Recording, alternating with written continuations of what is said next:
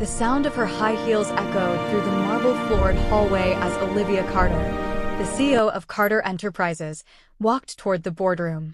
At just 32, she had built the company into a billion-dollar empire, earning the respect of business tycoons and the fear of competitors.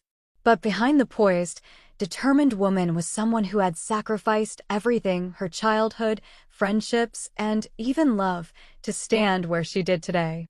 She took her seat at the head of the table, glancing around at the powerful men and women who worked under her command. Yet, despite all the wealth and power, Olivia felt an emptiness that no business deal could fill. After the meeting, as she exited the building, her eyes met those of Chris Dawson, the company's security guard. He was in his early 30s, tall, with kind brown eyes that held a quiet strength. Unlike the people she dealt with daily, Chris wasn't interested in her wealth or status. He simply treated her like another person, something Olivia had rarely experienced. One evening, while waiting for her driver, Olivia saw Chris talking to a little girl outside the company gates. The girl laughed, her eyes bright with admiration. When Olivia asked, Chris hesitated before admitting she was his daughter, Emma. Her mother had passed away when she was born, and Chris had raised her alone. "You're an incredible father," Olivia found herself saying, something stirring inside her. Days turned into weeks, and Olivia found herself drawn to Chris.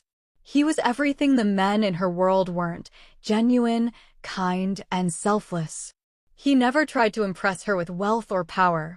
Instead, he impressed her with his honesty, the way he loved his daughter, and his unshakable integrity. One evening, as they stood outside, Olivia finally voiced what she had been feeling. "Chris, what if I told you that I..." "Don't." Chris cut her off gently. "You and I come from different worlds, Olivia. And while I admire you more than I can say, I won't be the reason you risk everything."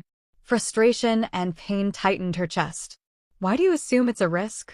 "Because the world won't let you forget," he replied, his eyes filled with sadness. "And neither will your board members. They will tear you apart. I won't let Emma see a world where love is destroyed by society's judgment." Olivia knew he was right. She could already hear the whispers, see the headlines: billionaire CEO in love with security guard. Investors would withdraw. The board would pressure her to step down. And while she didn't care about wealth, she knew she wasn't ready to fight that battle. The next day, she did what she had never done before: she let go. She avoided Chris, focused on work, and told herself she had made the right decision. Months passed, but Olivia was restless. No matter how many million-dollar deals she closed, no matter how many accolades she received, her heart ached for something she had lost. One evening, she found herself near Chris's apartment. Emma was playing outside, her laughter like music. Olivia hesitated, then walked toward them. "Chris," she called softly. He turned, surprised. "I was wrong," she admitted, her voice trembling. "I spent my whole life proving I was strong enough to be a CEO. But strength isn't just about power, it's about standing up for what you love." Chris stared at her, his resolve wavering. "I don't care about the headlines. I don't care about the board. I care about you. And Emma. And the life we could have." Tears shone in Chris's eyes, and for the first time in a long time, Olivia felt something: real hope. Their journey wasn't easy.